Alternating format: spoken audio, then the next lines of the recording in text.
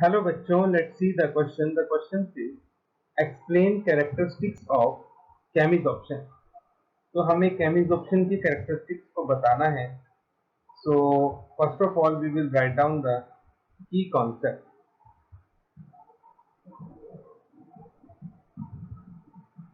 And the key concept is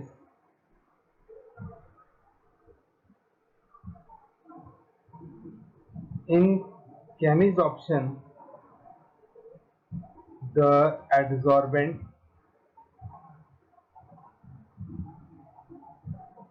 and adsorbate are held together by strong chemical bond।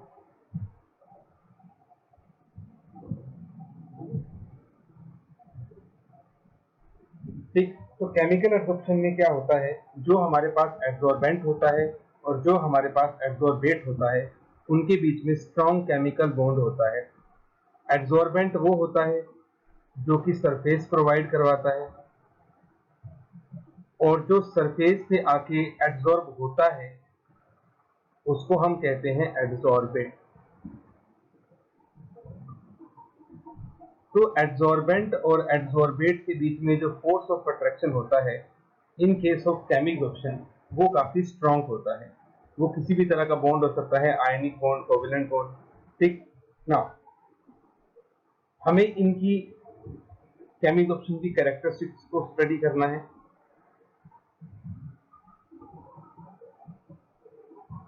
So chemisorption की क्या क्या हमारे पास characteristics होती है। सबसे पहले हमारे पास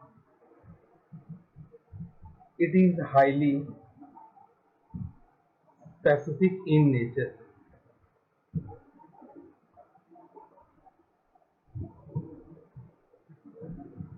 that means only selected adsorbate adsorb on some particular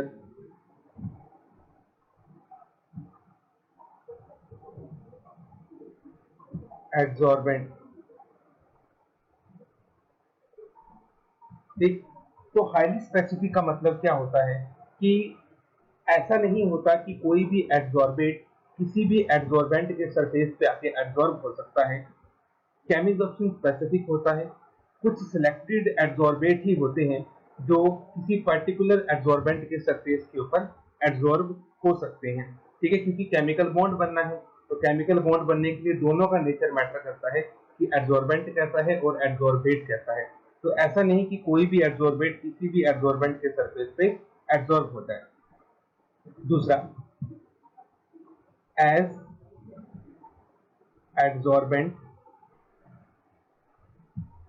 and adsorbate have strong bond between them, that's why enthalpy of adsorption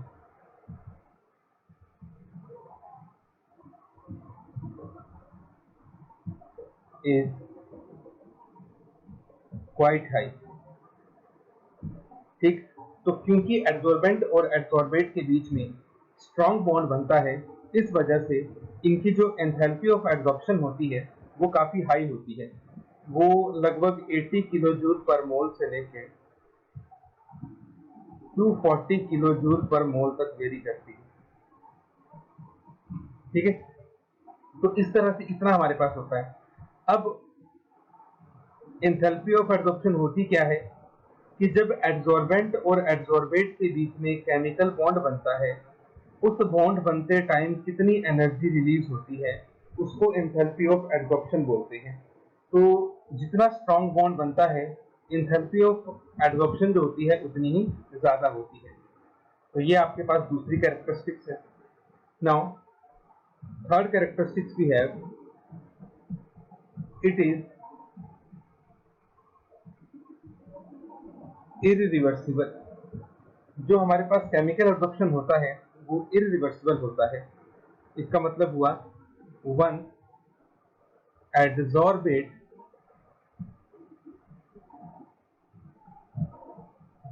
adsorb on the surface of adsorbent, it do not undergo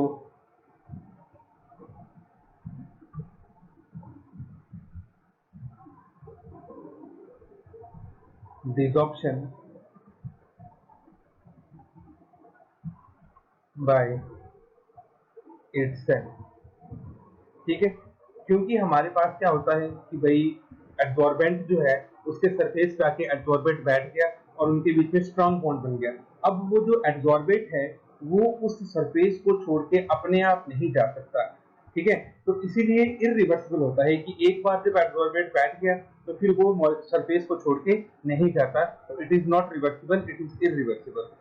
and next is it is unilayer. Unilayer का मतलब होता है कि adsorbent जो है, जब adsorbate ने उसके पूरे सरफेस को ऑक्यूपाई कर लिया, ये आपके पास एड्सॉर्बेट के मॉलिक्यूल्स है तो पूरा सरफेस इसका ऑक्यूपाई हो गया। इसके बाद इसके ऊपर फर्दर और मॉलिक्यूल एड्सॉर्ब नहीं हो सकते। एक बार एक ही लेयर बन गई, उसके ऊपर यहाँ पे दूसरी कोई भी लेयर नहीं बन सकती क्योंकि सरफेस के ऊपर एक्टिव साइट होती है वो ब्लॉक हो जाती है। ठीक है, तो इसीलिए ये क्या होता है, यूनिलेयर होता है। तो इसका मतलब ये हुआ once whole surface is occupied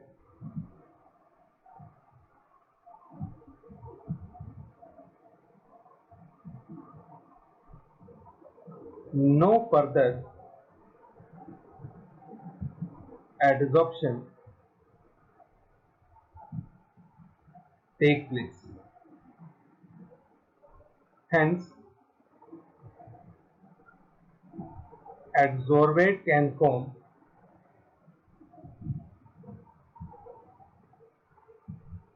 only a single layer on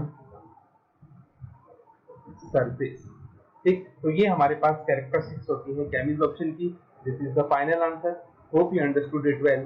best of luck.